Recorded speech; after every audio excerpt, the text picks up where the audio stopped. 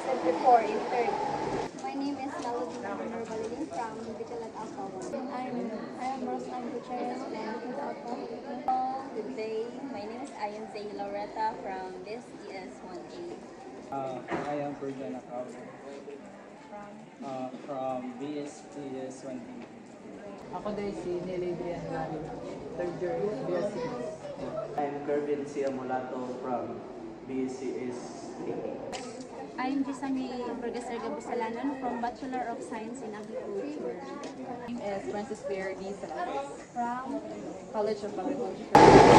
So for you, ma'am, what is communication?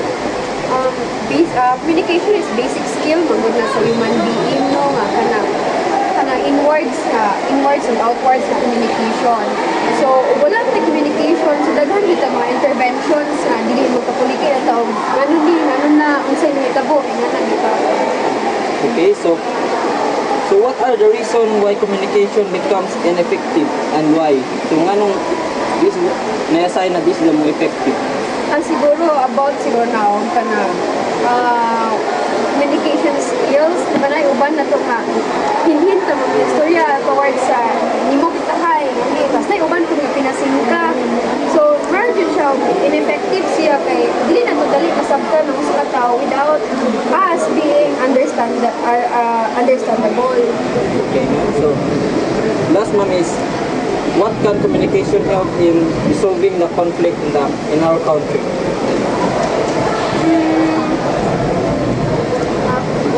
Isto. Para man din na, di ba?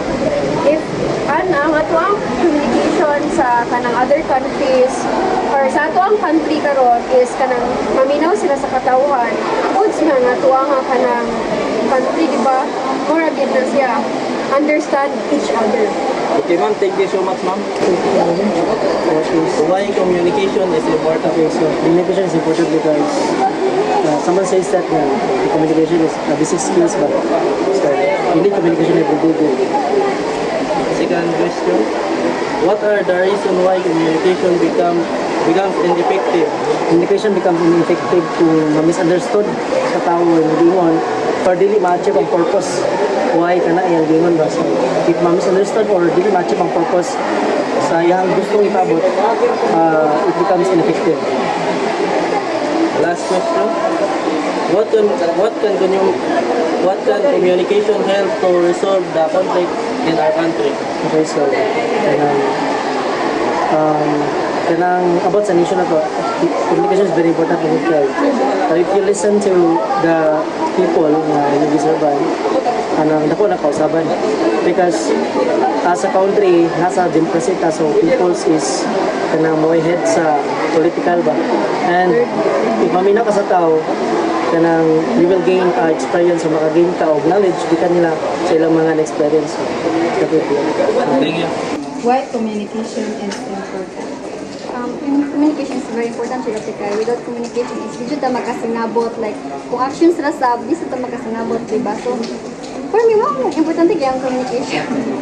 So, what are the reasons why communication becomes ineffective and why? So sa ipod kung communication raw actions is medyo effective ang kanang buhat sa mga tao. What can communication help in resolving conflict? Kuan, kung natin communication is kung may mag-iaway kita niya magka-istorya sila is importante siya ng communication kay matakal nilang mga things na wala sila nagkasinabot. First question, ma'am, is why is communication is important? Communication is important kasi di man ta makasinabot kung kita mag-istorya ta di ta makasinabot without communication kay kana like kung ibutan nato kanang mag-sign language lang ta bahingat na mag-listen bitaw pud kay tag sa pitaw nga kanang na mga mag-disable bitaw so kasagaran jud nato mga tao is kanang communication natong gamit so more important siya kay para magkasinabot ta kung sa like kung sa lessons ana or mag-istorya communication natong gamit na so magkasinabot ta. So next question, ma'am, is what are the reason why communication becomes ineffective? sa dana is kana na ay napay uban nga kanang tao nga kanang mga di effective nila ang communication kay murag kuan mo di sila prepared ka na maki-istorya bitaw sa laing tao bitaw just mo nang kuan mas nara sila sa kanay kanang mga chats na bitaw nga na di man ta magamit ano kanang voice man so kuan ra kana through text ra man sila siya so nay uban is kanang di sila kuan di sila comfortable kanang na ay mag-communicate yan So, okay ma'am. So, last question. What can communication help in resolving the conflict in our country?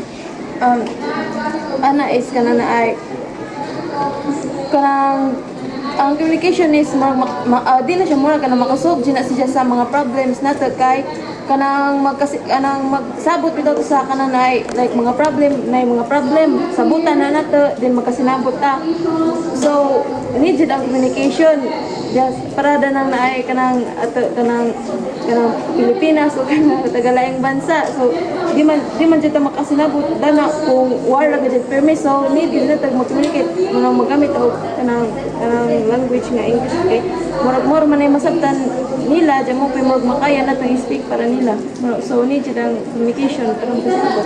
Okay ma'am, thank you ma'am. Why communication is important? So, nowadays, ay sukat pa sa unang matod karon importante jud ang communication to understand each other, nga maka-create pug ka gani ang friends or circle of friends. Kaya siya importante kayo para magkasinabtanay ang mapag-isa. Second question is, what are the reasons why communication becomes ineffective and why they have that reason? So, mahimo siyang ineffective ang communication if mo siyang gamiton bitaw sa maot na sa maagi. If makipag-communicate lagi ka pero imong jaga-jagaan sa katao or imo siyang gamiton in a bad ways like ingon ana bitaw dili na siya magsilbi. So, ingon ana. Third is, what can communication help in resolving the conflict in our country? So, every one of us, naman tayo own voice jud nga mo istorya sa kung unsay kaning atong kuan aning kalibutan or sa atong nasod natay kaugalingon nga kani ang boses nga istorya. So, if you have a kaning understanding with about ano kung unsay mga istorya, so open man jud kay ta for about communication. So, ang importante lang na ay mamilaw nimo na ako'y magtuo kung cover ko sila sa imo ang istorya and then makasolve ko siya o problem sa terms of kaniang about problem sa matag usa like kita nimo if you have a problem you can share to others and mo na siya maka-create ang communication to know each other and to know what is the problem and to know kung usa po yung pagkatao and then that's it.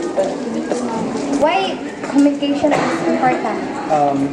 As we define communication, communication is a language where every race can understand. So, importante ang communication para ang mga different ethnicity kayo maka-understand too.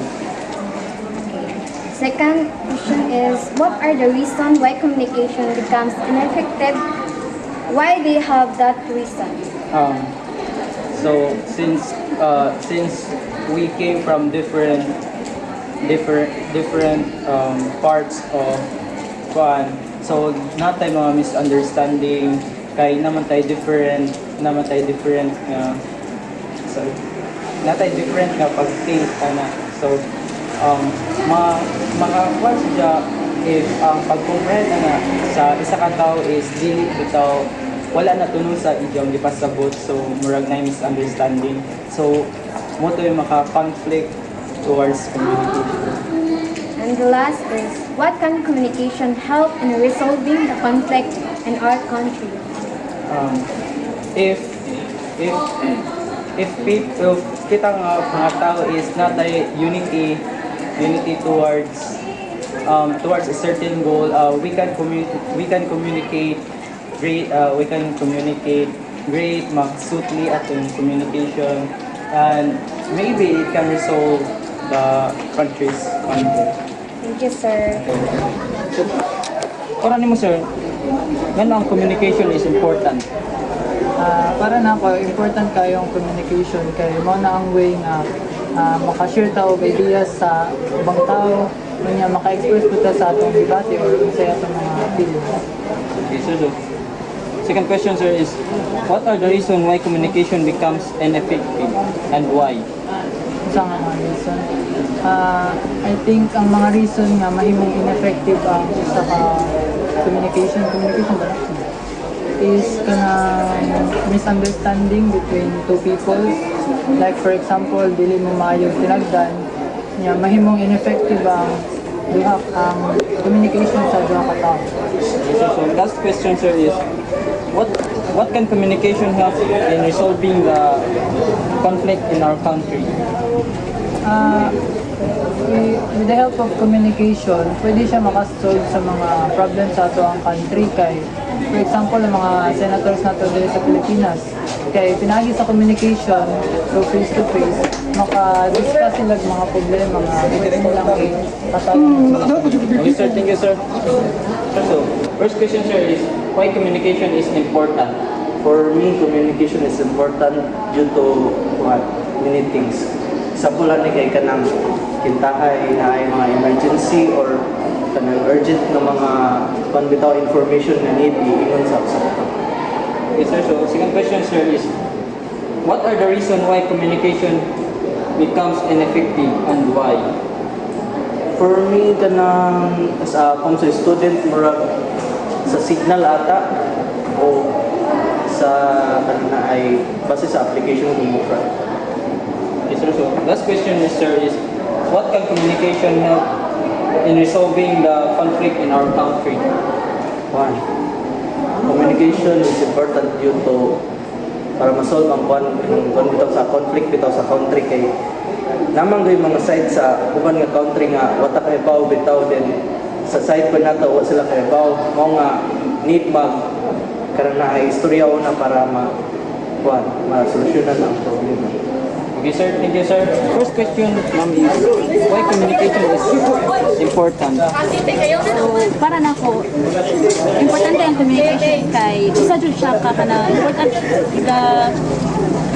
na siya important role sa atong kalibutan kay kana ang communication mo gud is usa siya ka key nga kanang magkasinabot ang mga kita nga mga tao sa kanang kalibutan kay tungod sa communication natin kanang unity niya if wala ang communication is kanang kanang dili ta magkasinabot o kanang mo pa nay usa sa rason niya kanang kuan magkabuot if kanang miscommunication. Okay, ma'am. So, second question, ma'am, is what are the reason why communication becomes ineffective and why? Ineffective for me kanang usa ang mga rason nga ma-ineffective ang communication is first ang barrier kanang o kanang siguro kanang mga miscommunication bitaw kanang naay kanang katong barrier usa siya sa rason niya nung kanang na-ineffective ang communication tungod kay kung unsay bitay mo gustong i-istorya or unsay imong na-feel dili na mo siya mapagawas tungod sa mga kanang barrier sa communication. Okay, ma'am. So, last question, ma'am, is what can communication help in resolving the conflict in our country?